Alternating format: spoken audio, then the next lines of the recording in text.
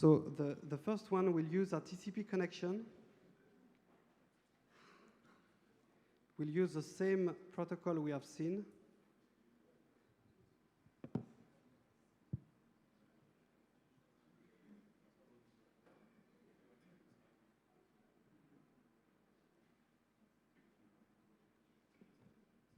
There is a, it's not easy.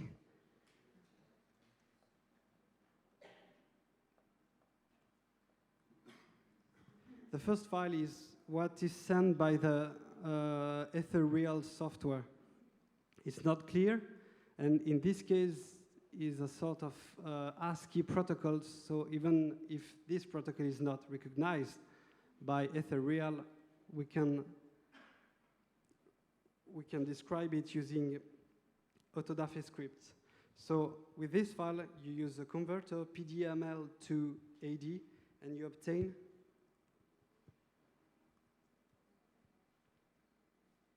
this file. As you have seen, it's quite simple. You have a block here and here.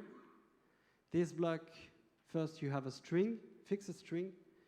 You have the size, big endian 32 bits of the block. We have another block. I don't know why, I don't remember why.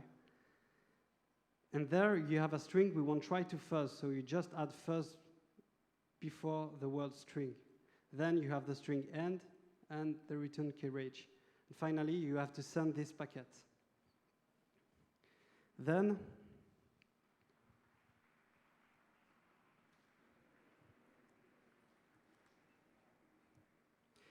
first, in this case, the tracer debugger has recognized these functions and just wait for a connection from the fuzzer. The fuzzer, by using the description of the file, will try to fuzz the field hello 22cc, 22c3. Okay, first the library is loaded. You can see the markers here, and in a few seconds, the fuzzer will try recursively to send much more packets. You see the normal packet, and after that, this field is changed, and the value here, which is the size, is incremented automatically.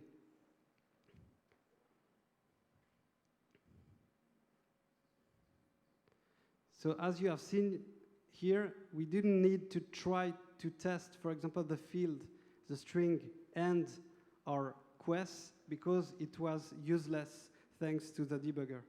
And in this case, we have a segmentation fault. Unfortunately, I can't give you the real example. As I said, it's a remote administration software, but it's sort of simulations of the real bug. For the second one, it's a real one, based on file.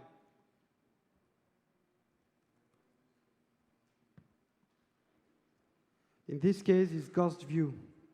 Ghost View has a lot of vulnerabilities, even in the version distributed by distributions. In this case, mine is Slackware, and Ghost View is always vulnerable. The first idea is to create a PS file.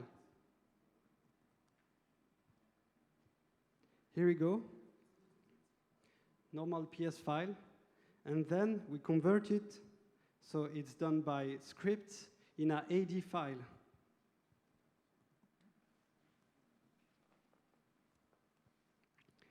Here you have the version using Autodafe script, and you can find the field we want to try to fuzz. There. Doesn't work, so when you see first string, this string will try to fuzz. To do that, there is no connection. We are trying to fuzz a file. So the idea is we will create 4,000 different files, and a script will try to load every files recursively. So you see there the creations of different files, where every fuzzing variable are changed according to the fuzzing library, or the eggs value library.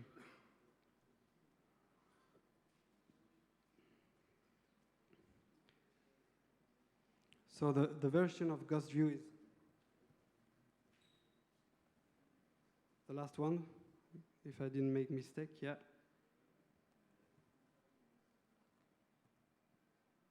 So now, what we'll do is try to load every file generated and monitor it by the debugger in order to have a state of the failure. You can see the call, and finally, we have a segmentation fault, very basic Stack Overflow on a Ghost View document. I can show you.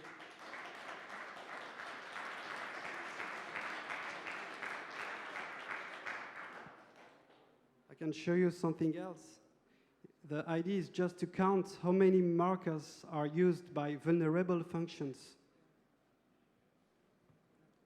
Always in the case of Ghost View. So it will load Ghost View, as you recognize, and finally give the number of vulnerable calls. It's 170. In fact, there is only 12 vulnerable calls, but 170 markers are called by these vulnerable functions. I had another example, but I can't show you, unfortunately, because as you know now, publication is quite a problem, especially in Switzerland, where there is a law. You cannot give freely exploits or things like that. There is an act.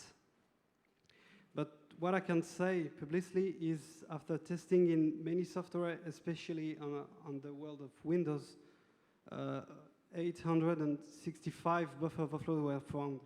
Buffer overflow where you can have access, where buffer overflow you can use, really.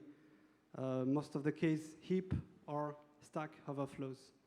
So now this tool will be released at the end of the month of January.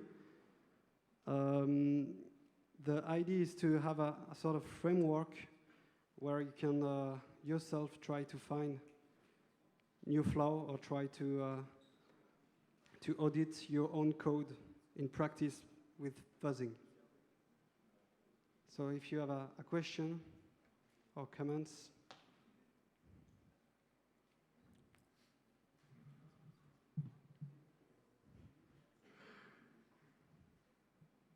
Okay, if it's not clear, I'm writing a big tutorial, so you will find it on the SourceForge at the end of the month of January, and I hope you will use it.